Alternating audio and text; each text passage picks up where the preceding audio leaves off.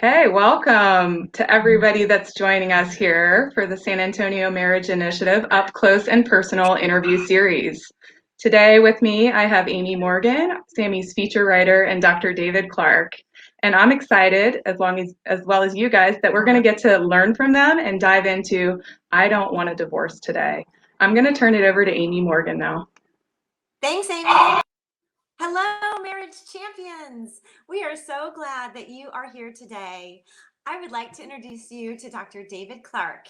He is a clinical psychologist who has worked with couples for the past 35 years at the Marriage and Family Institute in Tampa that his father actually founded. He has written 15 books on marriage and relationships.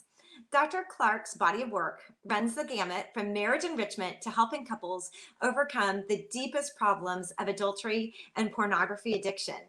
For decades, Dr. Clarke has delivered seminars meant to encourage couples toward more emotional, spiritual, and physical intimacy.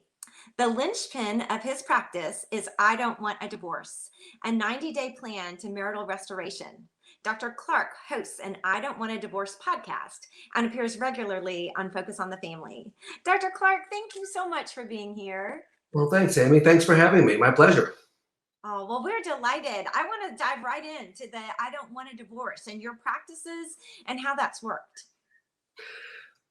Well, I started practice 35 years ago, and I had a lot of good training, but every therapist has to find their voice, their style. And what I learned wasn't helping me as much as I'd hoped. So I had to develop my own style, came up with these series of steps, and with God's help and just practicing on couples. That's why they call it a practice. Anyway, so I found out these steps work. And when you're seeing a couple in crisis, and you know this, if you don't have a plan, they will run you over like a Mack truck. You've got to take control in a godly way, and you got to say, here are the series of steps we're going to follow. And if I really if they don't do my steps, I won't see them. So because I know the steps work, and hundreds of couples have done well, and I see the worst possible marriages. People don't come to me unless they're desperate. The prices I'm charging, no one's just going to come in. I've never had one couple come in and say, Dave, we're doing well. We just want to improve. I'm still waiting for that couple. So these steps, I don't write a book until I know something works. And this, with God's blessing, works. Could you unpack those steps a little bit for us? Yeah, let me just run through. It's a 90-day program, and really people that work with couples, ministry leaders, pastors, or God can use anyone. If you have a Bible study going on, you can use these. Of course, you can recommend the book, but you can guide couples through this. It's very self-directed. So it starts off, with I call it rebuild from the ground up. Week one, I want to know when I'm seeing a couple. And I can do whatever I want. I don't work for an agency. Jesus Christ is vitally important to the process. So I want to know if they know him. If they don't know him, they're going to get the gospel the very first time I see them. Because I'll tell them, look, we can start this process without you knowing Jesus, but you are not going to get through it. It's too hard. It's too difficult.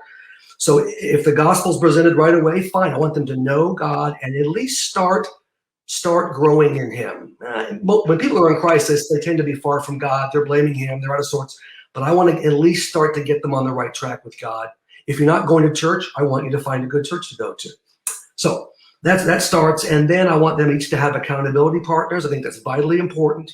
We're creating a team. Of course, I hold them accountable when I start seeing them, but I want that could be their pastor, could be the pastor's wife, could be a guy in the guy's Bible study, could be a lady that she knows well, a Christian. So I want each of them to have an accountability person of the same sex as they go through the process.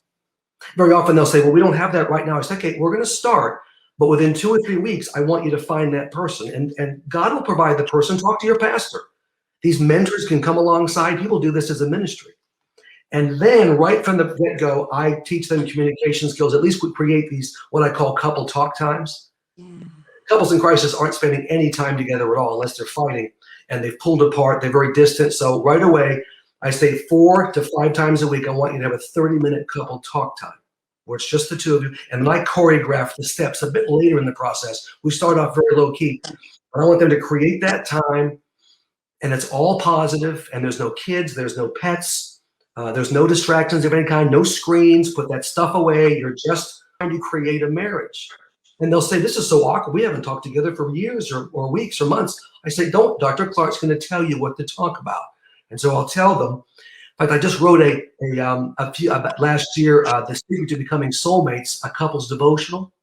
I used to recommend other people's devotionals. Well, not anymore because mine's better. Anyway, so I'll have them start with that devotional. It's very low key, couple of pages, a verse, a prayer. It's all positive just to kind of get them going in those couple talk times. Then the next step, and this happens the second session is, okay, week 2, I want to talk about, and they get homework after the first session. I want you to come back with a list of mistakes that you have made in the marriage. Don't talk about your spouse. They always want, well, she did this, she did that, the other. I don't want to hear about that. You can't control that. It could be accurate, but it's not helpful because you have to change. So I have them come up with a list of the key mistakes they've made, and then connected to each mistake. I call this the letter of responsibility is, okay, what do I want to do about this? Here, I've blown it here. I have sexual sin. Here's what I want to do. I have a rage problem. Here's what I want to do. I don't meet my husband's needs sexually. Here's what I want to do. I spend too much time with the kids, whatever it is. So when they come back with those lists, it is a powerful, second week, powerful thing, because right away I've kind of changed the frame. I got their perspective off of the other person. That's going nowhere. Rocks and bottles back and forth. Now what we have is, okay, I'm owning these problems. And so we bridge from that to, I'll have them read them in session. And if somebody comes in and doesn't have their list, session doesn't happen. I make that clear before. If you don't have your homework, don't come in. Because if you come in without the homework, and I want ministry leaders and pastors to do the same thing, they'll waste your time. I call them therapy killers. I say, you call me the day before. If you don't have your lists, fine. I won't see you. When you have the homework, see me. Now, if they come in and one person has the list and one doesn't, we don't have the session. I'll say, well, you're still going to pay me, as I discussed in the previous session, but I'm not going to see you. So right away, I'm kind of forcing them, to do the homework, because people don't want to change. They're always fighting the process. Doesn't work in my office. See, if I let them not do their homework one time, case is over, done. I've lost. They win. They don't really win, but they end up getting away with it. So I'm pretty hard-nosed on that, as you can tell. Yeah. But when they read those, let's say the lady reads, the guy always goes first in my program because he's the man. But when he reads the list of his mistakes, the whole atmosphere, he's owning something. It's powerful. Scripture said, look at the log in your own eye. So it's a biblical principle. He reads that list. It's like a different vibe. She appreciates, he's owning this. He says, I no excuse. I've done these things. And so he'll read it. And then the lady will say, look, of these mistakes he's made, I call it the top 2. What are the top 2 areas you want him to change in? Okay, we discussed that. And so right away, coming out of that session, he's going to be doing something, even baby steps, in the areas of his weakness. And she gets to say what those are. And I'll say, look, if he did a good job with his mistakes, but if the things you really want him to work on aren't on that list, who cares? Give me the top 2 that you want him to work on. We do that, and then we shift over to the lady. She reads her list. Fair is fair. She's made mistakes too. And it goes in reverse. So coming out of that session, then he gets to ask her, here are 2 areas I want you to work on. And we very specifically, here's what it's going to be this week. It's not just, well, do your best in these areas. We nailed down exactly what they're going to do. So there's no confusion. And so coming out of that session, the homework is, okay, I want you to do those things. And I want you to talk about how you're doing in those things during the couple talk time. So they're starting to work on their area of weakness that's starting to meet the need of their partner. What I'm hearing you say that sounds so revolutionary and positive about your approach. It's very practical. It's very step by step. But also it's not touchy feely. You're not talking about somebody's feelings and this and that. You're really having somebody own what they're doing. And I know we talked that you've had some really great successes. I'd like maybe for you to give an example of a success, and then I want us to transition to your next book or the follow-up to this, that I didn't want a divorce. But let's do one success from this system and then move on to the next part. Okay, here's one. And this is of a recent vintage. I have a couple in my office, and this was a younger couple. And these days, with the breakdown of the families, Amy, people aren't getting the tools. They get married, they don't have no idea what they're doing. Bad modeling. My parents got divorced. We love each other. We don't know what we're doing. So here was a young man that had an anger problem. Now, it wasn't off the charts, but he had no impulse, no self-control, was spoiled by his mother terribly, always got his own way. And so he comes in with his beautiful wife now, and he has no idea. She wants him to do something. He thinks he was never asked to do anything. So her top two areas, number one was, look, when I work on your anger, your reactions to me, because she would ask to take the garbage out and the guy would have a fit. Well, that's ridiculous. I mean, man up here. So he that was his job, going to be tough, but he's going to work on just taking a beat. We talked through that, relaxing. When she makes the request or has a need, pause. And then the answer, I said, whatever his name was, Mr. Smith, needs to be yes. This is your wife. This isn't the lady down the street. Ask you to take you could say no to her. Who cares? Or your mother. This is your wife. It's going to be yes. Or if it's no, it has to be. And here's why I can't meet that need. So he worked on that. And plus, like most women, she wanted him to work on communication. He wasn't open. He wasn't spending any time with. He was a video game guy. 2-3 hours a night. I mean, really? She's thinking, why am I doing? I'm telling you. Hey, how's that video game going? Did you win? Who cares? He was ignoring her. So he comes out of that session with some very specific things. Of course, the communication piece was he would, because it's the man job, he would say, okay, 3-4 days of the week, I'm going to schedule that 30 minutes. And that was his job, to make sure that he would be open and listen to her. Women have stories to tell. They want to talk about their day. That's why they married you. It wasn't for your body. Look in the mirror. I mean, really, they want to know you. Now, fair is fair. She had some areas of weakness too. She was really not being very affectionate with him, which kind of made sense because of how he was treating her, but fair is fair. I said, okay, as he moves forward in this area, his top thing was, I wasn't even the physical intimacy part of sex. I'd like to make out, I'd like to kiss you, I'd like to be able to hug you, I'd like to be able to touch you. And so she agreed to do a few things in that area. I'm big on the kiss before you leave for work in the morning. I said, look, it doesn't have to be a Gone with the Wind, end of the movie, wonderful kiss. Let's just start with something. And so that was one thing she agreed to. And then they had a couple little kids. She was focusing way too much on the kids. I mean, she was. Of course, he's video gaming, who cares? But she had to kind of pull away from the kids and listen to him more in terms of the area of discipline. So that was a young couple that there was almost an immediate change the next week as they were working in those areas. They know, again, don't come back and see Dr. Clarke unless you've done your work. And I don't even care if you had a tough week and you couldn't get to my top two, whatever. I'm fine. I'm not seeing you until you've gotten that work done. So they actually got the work done. They come in the next week. Now, their problems weren't solved, but it was a great start to that process. And they started to really click. They had the vibe going on because they were meeting each other's needs. You can see how I kind of forced this to happen. On their own, they'd never do that. But when they have to, it starts to work. That's how marriage works. I meet Sandy's, the blonde's needs. She meets my needs. We talk about it. So that was a case where that started the process going. I taught them communication skills, how to fight. Nobody teaches you how to fight when you grow up in a home. You learn the wrong way to do it.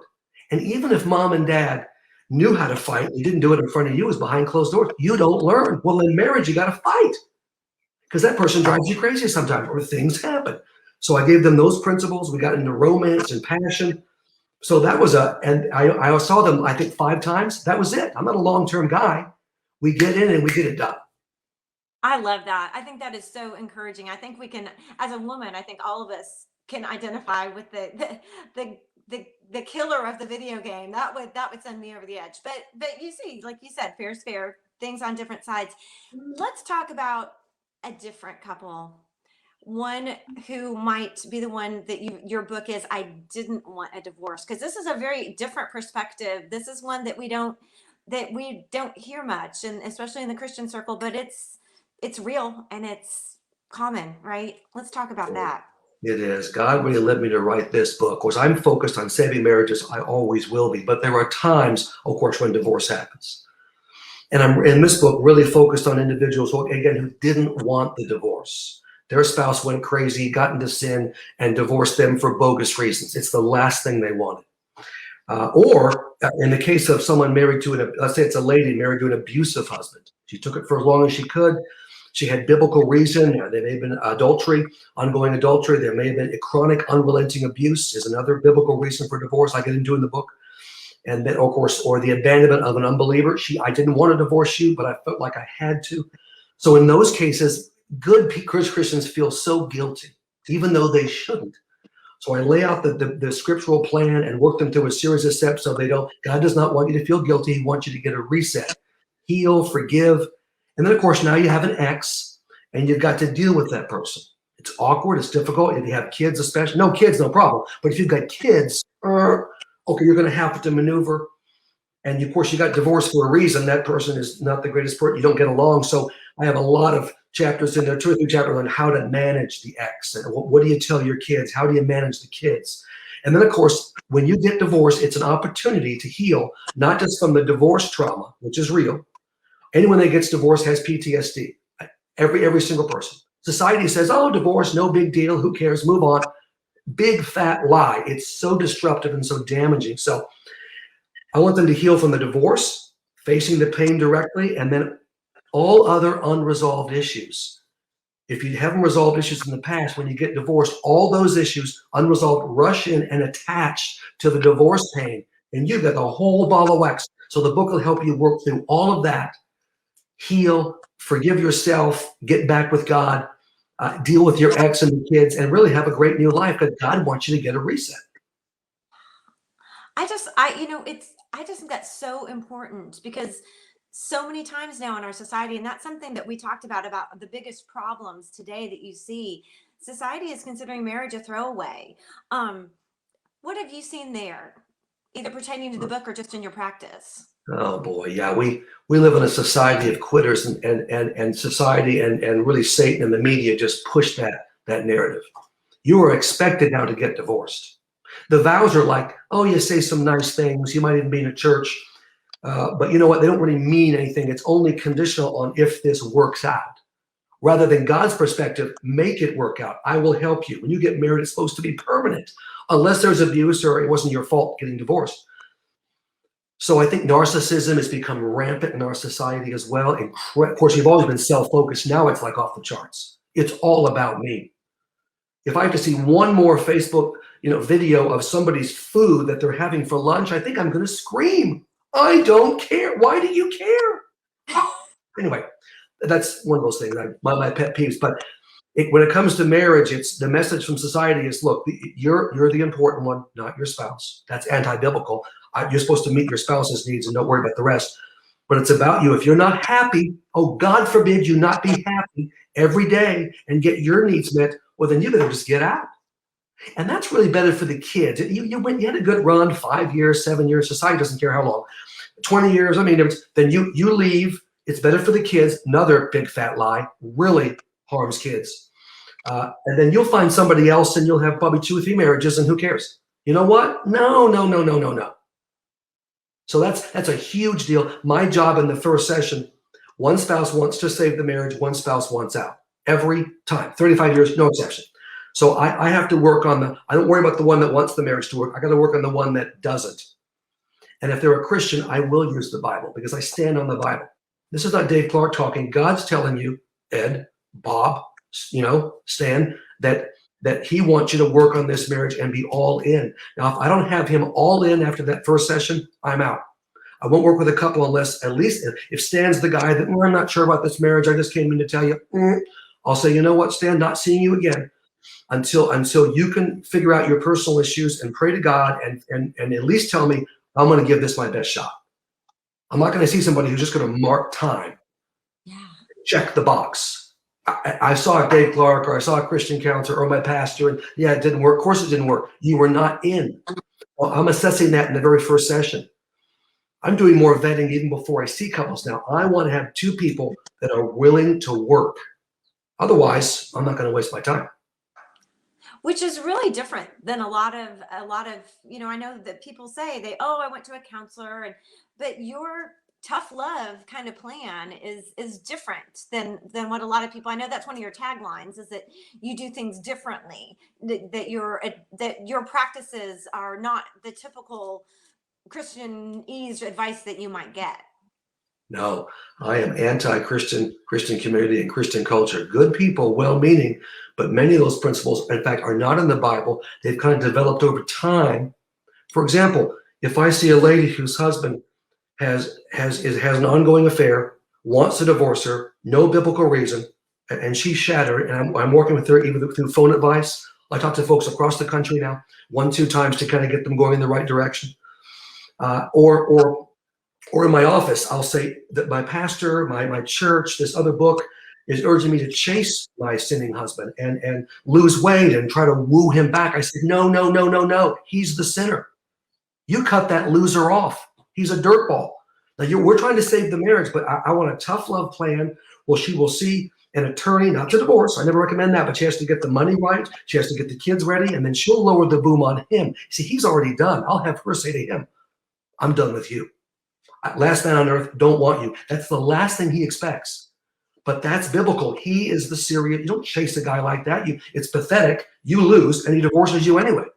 So if I can get her strong in righteous anger and push back, those are the marriages that might just change. The guy might get shaken up because now he can't have you. I'll say to these ladies, Susie, if he wanted you, he could have you any day. He knows you love him and you want him. He doesn't want you. Got to change that scene. And now you tell him when you're ready in a few weeks, let me get you ready, get you strong enough. You're going to tell him, I'm done with you. Don't want you. Not divorce. He'll have to file because he's the one that wants it. But that shakes him up. Now all of a sudden I can't have you. That's biblical. And also maybe it shakes him up and he wants back in.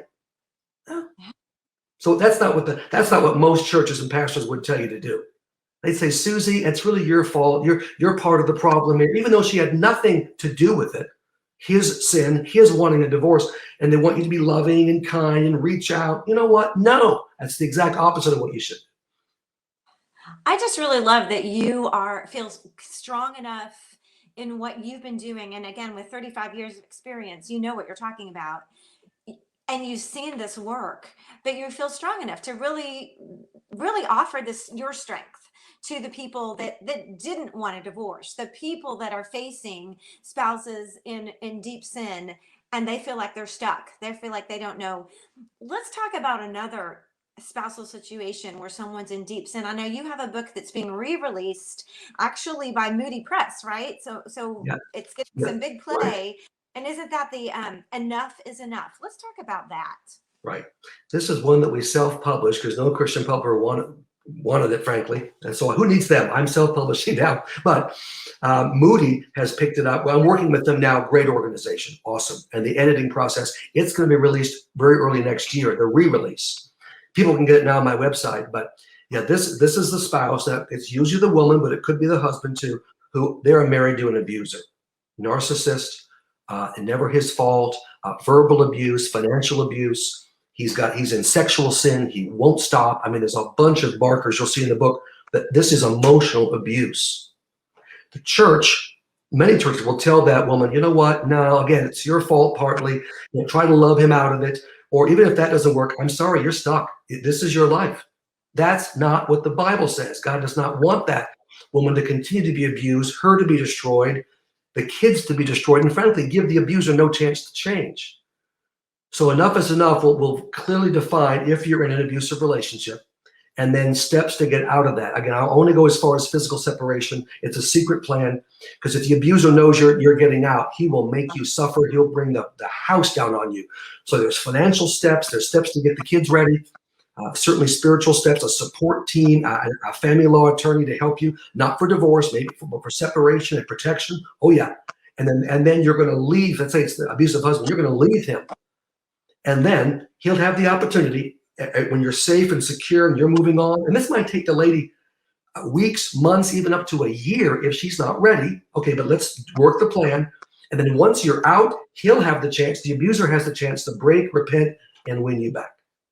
Because with an abuser, marriage counseling is a waste of time. I'm not going to do that. He's got personal work to do, and he has to own the abuse and figure out, why am I like this? The only way he's going to do that, maybe, and the numbers are small anyway, but is it when she leaves? I've lost my woman. She's gone. And I'm having trouble seeing the kids, and what am I going to do? He'll either respond with, I hate your guts, and it's all your fault, and character assassinate. Okay, that's your answer. End of story. Or he'll actually get his work done. 6 to 7 months of really hard individual group therapy with an abuser, and maybe he has to prove change and prove repentance. Why do you think the time is ripe for this book now? Oh, just because we have narcissists just going crazy. Our society has developed them, and I think it's the last 5-6 years I've seen it just accelerate off the charts. And they're in every church. We're looking at 15-20%, if not a little higher, of abusive. Now, it could be that the woman could be the abuser or the man could be the abuser. All this self-focus, and I want to get what I want. Again, breakdown of the family. Either you were coddled and spoiled and you think you're the greatest thing in the world, or also if you were abused yourself and treated terribly, it becomes about you. Either way, we're seeing more and more of that.